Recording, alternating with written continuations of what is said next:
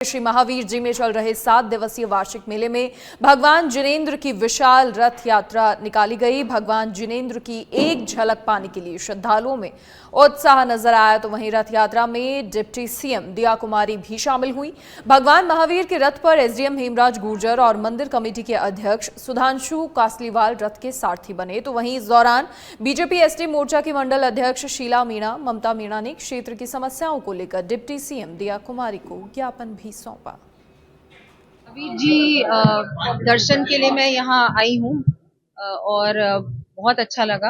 अभी रथ यात्रा का भी आज रथ यात्रा का भी शुभारंभ था और बहुत अच्छा लगा। यहाँ के बहुत अच्छी सुविधाएं हैं, दर्शन भी मैंने किए। बहुत सुंदर परिसर है और हम सबकी हमने देखा बहुत सारे श्रद्धालु भी यहाँ आए हैं। प्रयास करेंगे सरकार भी यहाँ और अच्छी डेवलपमेंट के काम करे। हम और क्या कर सकते हैं जिससे कि सुविधाएं और अच्छी हों और भी प्रचार प्रसार करें ताकि यहाँ स्पिरिचुअल टूरिज्म की भी संभावनाएं बहुत है, उसको भी बढ़ाने के लिए प्रयास करेंगे।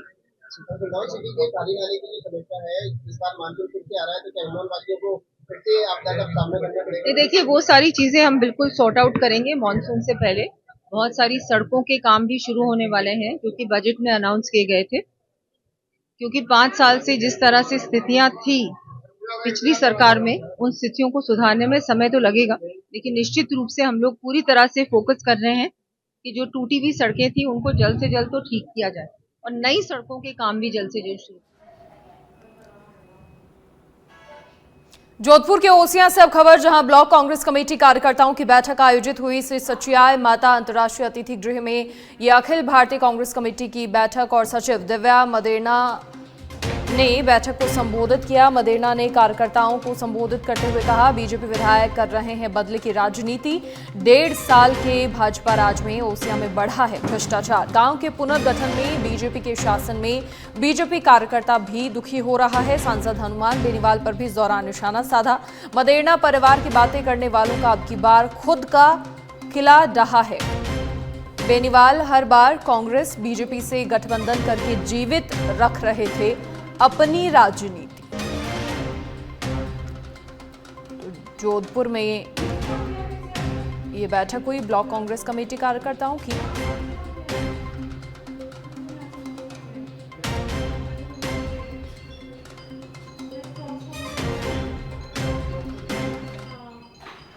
प्रदेश के शिक्षा मंत्री मदन दिलावर आज डीडवाना दौरे पर रहे। इस दौरान उन्होंने ग्राम ललासरी के राजकीय उच्च माध्यमिक विद्यालय का दौरा किया। वहीं ग्राम धनकोली के शहीद जीवनराम खसवा विद्यालय में भामाशाह अभिनंदन और गुरु वंदन, साथ ही पूर्व विद्यार्थी संगम कार्यक्रम में शिरकत की। इस दौरान उन्होंने विद्यालय विकास के लिए 1.5 करोड़ रुपए का योगदान देने वाले भामाशाह सांवर हर्षवाल का अभिनंदन किया। इस अवसर पर स्कूल में निरीक्षण के दौरान उन्होंने व्यवस्थाओं पर संतोष जताया। साथ ही स्कूल में उपलब्ध संसाधनों और विद्यालय के रिजल्ट पर विद्यालय स्टाफ की सराहना की।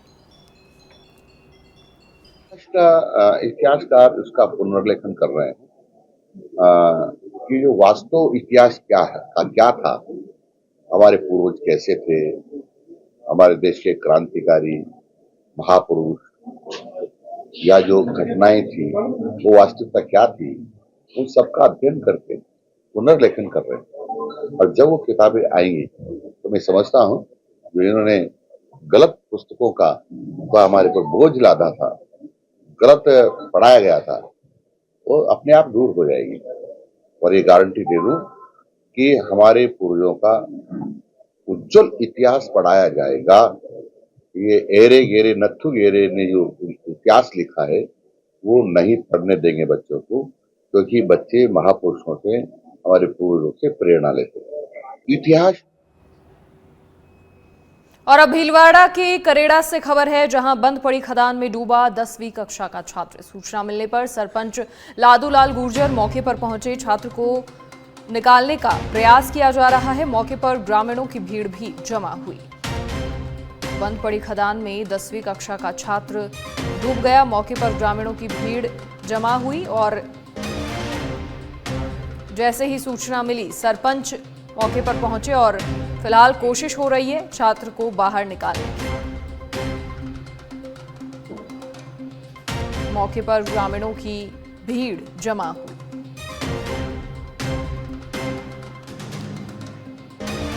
भीलवाड़ा के करेड़ा से खबर है, जहां बंद पड़ी खदान में 10वीं कक्षा का छात्र डूबा।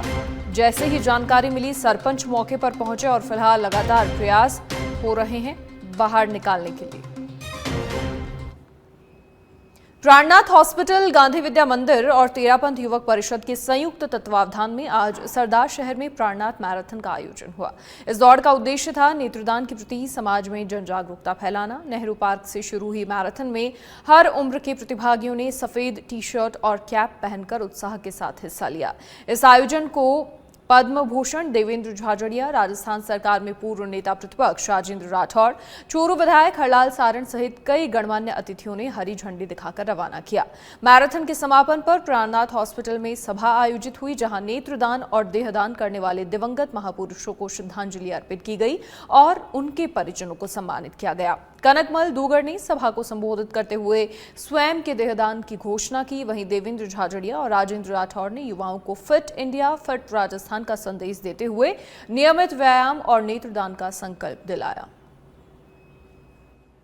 यह है प्राणनाथ हॉस्पिटल के सौजन्य से, तेरापंथी युवक संघ के प्रतिनिधि के सौजन्य से, नेत्रदान से बड़ा कोई दान नहीं। पूरी दुनिया में सबसे ज्यादा नेत्र रोग से पीड़ित लोग एशिया में है और एशिया में सबसे ज्यादा लोग पीड़ित भारत में है और भारत में राजस्थान में है।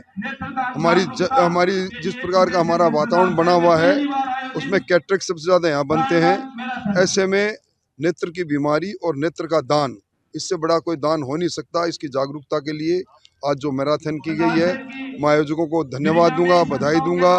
बहुत सामाजिक सरोकारिता का ये कार्य किया है, बहुत सुंदर कार्य किया है और समर्पित किया है बाबा साहब अम्बेडकर को। इससे और इसमें चार चांद लगे हैं। मैं बधाई देने आया हूँ।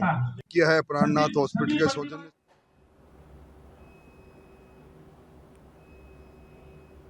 गोविंदगढ़ के खेड़ा महमूद रोड पर एक ट्रक ड्राइवर की लापरवाही उस वक्त भारी पड़ जाती जब ट्रक ड्राइवर ने विद्युत पोल में टक्कर मार दी और अपने साथ 4 अन्य विद्युत पोलों को खींच कर ले गया।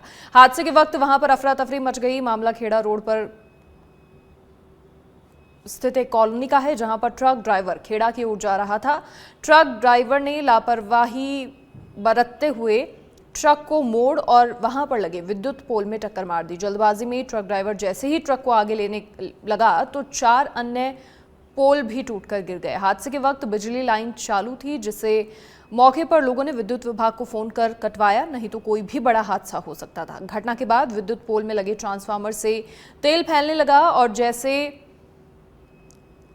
ही ये पूरा घटनाक्रम हुआ तो कॉलोनी वासी, जिनमें महिलाएं और बच्चे भी शामिल थे, वो वहां से तेल लेकर गए। ट्रक ड्राइवर मौके से फरार हो गया। 4 पोल तोड़ दिए। ट्रांसफार्मर गिरा दिया। अच्छा, क्या नुकसान हुआ है? ट्रांसफार्मर नीचे गिर गया, उसका पोल फट गया। हाँ। 4 पोल तोड़ दिया, पूरे लेवल के भी तार टूट गए। अच्छा, कोई जनहानि हुई है इधर? जनानी नहीं हुई। लाइन चालू थी उस समय? बंद थी? लाइन चालू थी, लेकिन मौके पर किसी कंज्यूमर ने फोन कर दिया, हमने तुरंत लाइट बंद करा दी। अच्छा, ठीक है। क्या नाम है? ये अभी हाँ हाँ। अच्छा। झुंझुनू शहर में ईदगाह के नजदीक एनजीओ मेडिकल सर्विस सोसाइटी की ओर से अनूठा अस्पताल संचालित होता है। इस क्लिनिक से अब तक 30 डॉक्टर और 42 चिकित्सा कर्मी जुड़ चुके हैं, जो सभी निःशुल्क सर्विस देते हैं।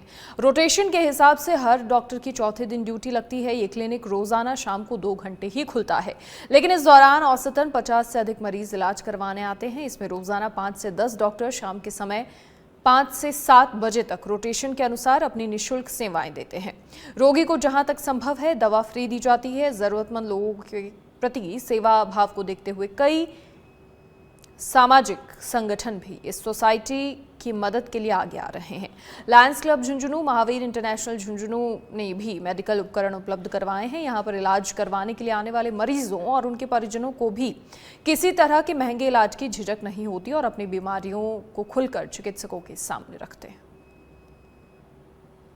अच्छी तरह से देखते हैं। स्टाफ भी बहुत शानदार है, दवाइयाँ भी निःशुल्क दी जाती हैं, सेवाएं खिदमत भी फ्री में की जाती है और यहाँ पर आने वाला मरीज जो है ना अक्सर बेस्टर ठीक होकर जाता है यहाँ से और खूब आराम मिलता है मरीजों को। और आने वाले भी हम लोग भी यहाँ पर परेशान नहीं होते और इन डॉक्टर हजरात को भी अल्लाह रब्बुल आलमीन जज़ाए खैर अता फरमाए, इसी तरह से कौम समाज की सेवा खिदमत करते रहे। बहुत अच्छी तरीके से देखते हैं और दवाइयाँ में भी खूब। अभी तो मैं छोटे बच्चों को दिखाने के लिए आया हूँ। यहाँ पे डॉक्टर है तो अच्छे आराम से देखते हैं और उनके द्वारा यहाँ पे मतलब जांचें वगैरह सब फ्री है और पेशेंट जब यहाँ पे आता है तो रिलैक्स महसूस करता है। यहाँ तो जैसे बहुत सारी चीज़ों को देखा गया है कि हर तरह की सुविधा मिलती है यहाँ, और यहाँ की जो टीमें काम कर रही हैं अल्हम्दुलिल्लाह बहुत अच्छी तरीके से देखते हैं। और जो गरीब तबके की भी जो लोग यहाँ आते हैं उनके लिए जैसे कोई जांच वगैरह भी होती है तो इन्होंने अपने तौर पे ही करवा देते हैं, तो उसका चार्ज नहीं लगता। और दवा वगैरह जो है उसमें भी बहुत फ़ायदे हैं, कहीं से तो दिए भी नहीं जाते हैं। और कुल मिला के बहुत अच्छा सेवा दे रहे हैं और मैं तो दुआ करता हूँ इस सोसाइटी के लिए कि अल्लाह इनको और तरक्की दे और लोगों को अच्छा से अच्छा बेनिफिट मिलता रहे। तो इस सब बात से बड़ी खुशी होती है कि जो भी लोग यहाँ आते हैं वो बड़े संतुष्ट। जब कोविड का समय चल रहा था, लोगों को मेडिकल सर्विस की जो सुविधाएं हैं वो उपलब्ध नहीं हो रही थी, तब लोगों को ऑक्सीजन सिलेंडर्स, ऑक्सीजन भी नहीं मिल पा रहे। तो मेडिकल सर्विस सोसाइटी, ये जो हमारी संस्था है, उसके कुछ लोगों ने यहाँ ये सोचा कि मेडिकल इक्विपमेंट्स है, जैसे हॉस्पिटल बेड है, ऑक्सीजन सिलेंडर्स है, ऑक्सीजन कंस्ट्रक्टर मशीन्स हैं, ये हम लोग ज़रूरतमंद लोगों को पहुँचाएं ताकि उनके काम आ सके, और जब उनकी ज़रूरत पूरी हो जाए तो फिर हम वो वापस ले लें और एक किसी और को ज़रूरत हो तो मिल जाए। फिर जब हमारे पास ये बड़ा प्रेशर हो गया तो हम लोगों ने ये सोचा कि हमारे पास डॉक्टर्स की टीम है, आज भी हमारे पास करीब 30 से 40 डॉक्टर्स हैं। ये संस्था हमने 2021 में स्टार्ट करी थी और यहाँ पे हमारे पास जनरल जो भी हैं, सारे सीजनल जो भी पेशेंट है, बीमारियाँ हैं, वो आते हैं इसके अंदर। प्लस मेरी जो स्पेशलिटी है डायबिटीज़, एस्थमा और शुगर और ब्लड प्रेशर, अगर इस तरह की कोई इमरजेंसी इस वक्त आती है तो वो भी हम यहाँ हैंडल कर लेते हैं। यहाँ हमारे पास एक नर्सिंग स्टाफ है, फार्मासिस्ट है, तो पहले हम पेशेंट का रजिस्ट्रेशन करते हैं, वो उनको बताता है कि आपको कौन से डॉक्टर के पास जाना है या आपका डॉक्टर किस दिन आएगा। किसी दिन यहाँ फिजियोथेरेपिस्ट की भी सेवाएं मिलती हैं, किसी दिन यहाँ डेंटल के जो डॉक्टर हैं उनकी भी यहाँ सेवाएं मिलती हैं, होम्योपैथिक चिकित्सक भी यहाँ अपनी सेवाएं देते हैं। जनरल मैनेजमेंट जो है वो 3-4 महीने से डॉक्टर्स का वो मैं ही देख रहा हूँ और मैं उनकी जितनी हेल्प यहाँ हम कर सकते हैं उसमें हम 100 की बजाय 200% ही हम करते हैं। यहाँ हमारे पास नेबुलाइज करने की सुविधा है और अगर कोई इंजेक्शन वगैरह ले आता है तो वो भी हम यहाँ ट्रेंड स्टाफ के द्वारा लगा देते हैं और 2 घंटे के अंदर हमारे पास यहाँ 25, 30 या 35 पेशेंट हमेशा हो जाते हैं। तो हम यही कोशिश करते हैं कि हम उनको। इनर रिलीफ फाउंडेशन की ओर से जयपुर में हज ट्रेनिंग कैंप का आयोजन हुआ, जहां हज ट्रेनिंग कैंप मस्जिद अजीजुल्ला नला नीला ग्रांड रसालदार हाउस के पास रामगंज बाजार में आयोजित हुआ, तो वहीं अगला कैंप 17 अप्रैल तक सुबह 9 से 11 बजे तक लगाया जाएगा।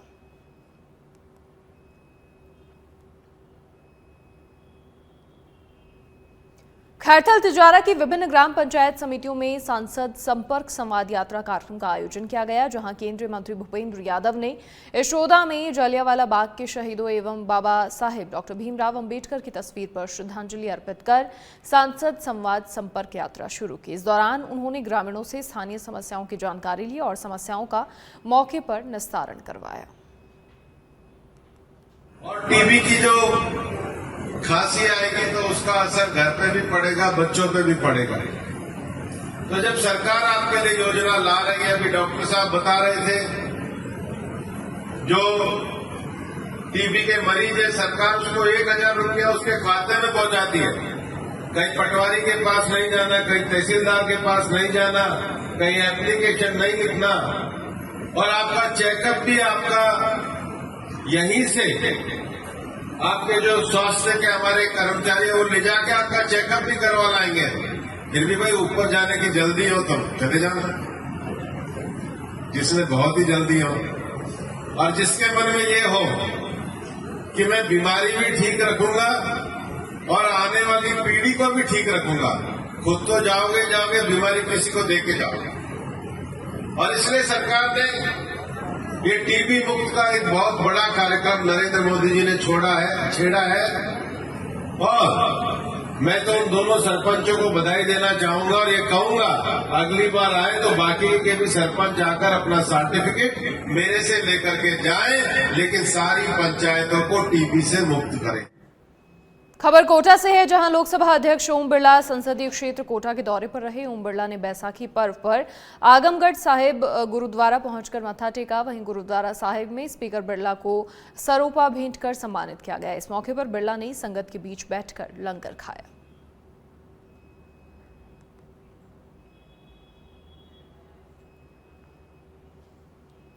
खबर दौसा की महुआ से है, जहां उप मुख्यमंत्री दिया कुमारी का जयपुर से महावीर जी जाते समय धोलाकुआ खोहरा में भव्य स्वागत हुआ। ये स्वागत जनसुनवाई केंद्र पर आयोजित हुआ, जहां पूर्व राज्य मंत्री गोलमा देवी मीणा के नेतृत्व में बड़ी संख्या में पार्टी कार्यकर्ताओं ने उत्साहपूर्वक भाग लिया। और इस मौके पर क्षेत्रीय विधायक राजेंद्र मीणा के जनसुनवाई केंद्र पर कार्यकर्ताओं ने ढोल नगाड़ों के साथ उप मुख्यमंत्री का अभिनंदन किया। दिया कुमारी ने कार्यकर्ताओं से संवाद कर पार्टी के जमीनी कार्यों की जानकारी ली और सरकार की योजनाओं को आमजन तक पहुंचाने की अपील की।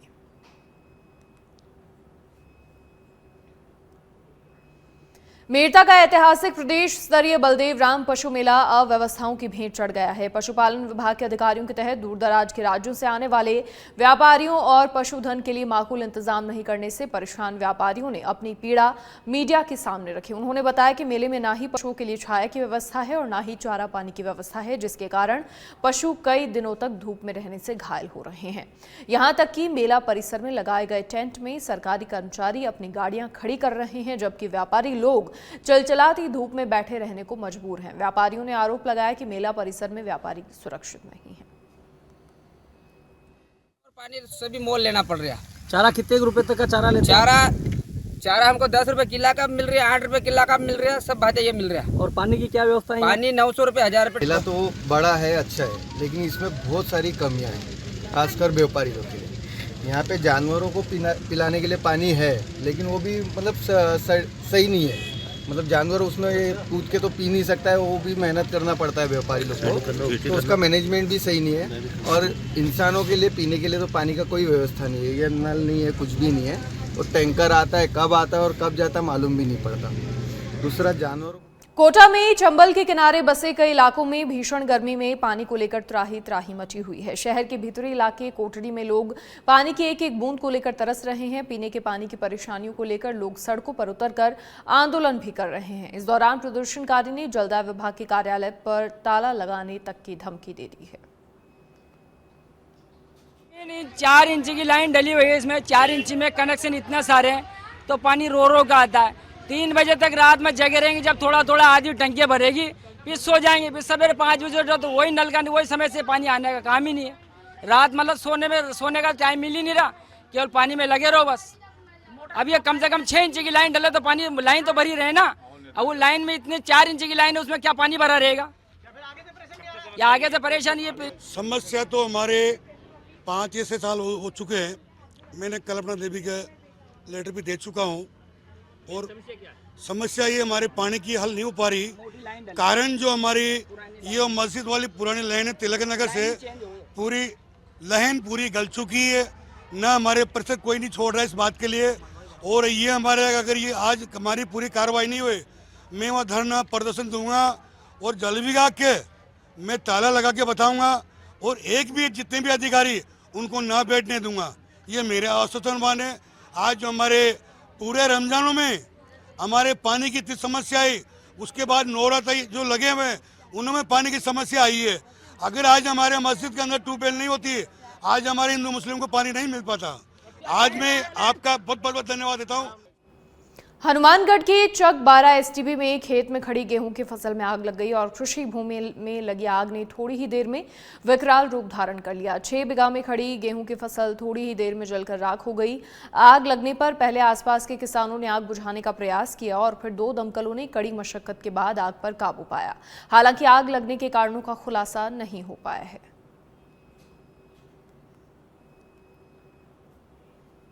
भरतपुर के सेवर थाना क्षेत्र में सड़क दुर्घटना में एक दंपति की मौत हो गई। मृतक दंपति गोवर्धन की परिक्रमा देकर वापस अपने गांव लौट रहे थे। घटना की जानकारी मिलने पर सेवर थाना पुलिस ने मृतकों के शव का पोस्टमार्टम कराकर शव परिजनों को सुपुर्द कर दिया है। फिलहाल पुलिस मामले की जांच कर रही है। राधेश्याम डाबुर जी परिक्रमा देके आ रहे थे मेरी जीजी के साथ में गोवर्धन से, तो चौकीपुरा के पास में किसी अज्ञात वाहन ने इनमें पीछे से टक्कर मार दी, तो ये पुलिया के नीचे दोनों गिरे मिले और वहीं एक्सपायर हो गए। ठीक, कहाँ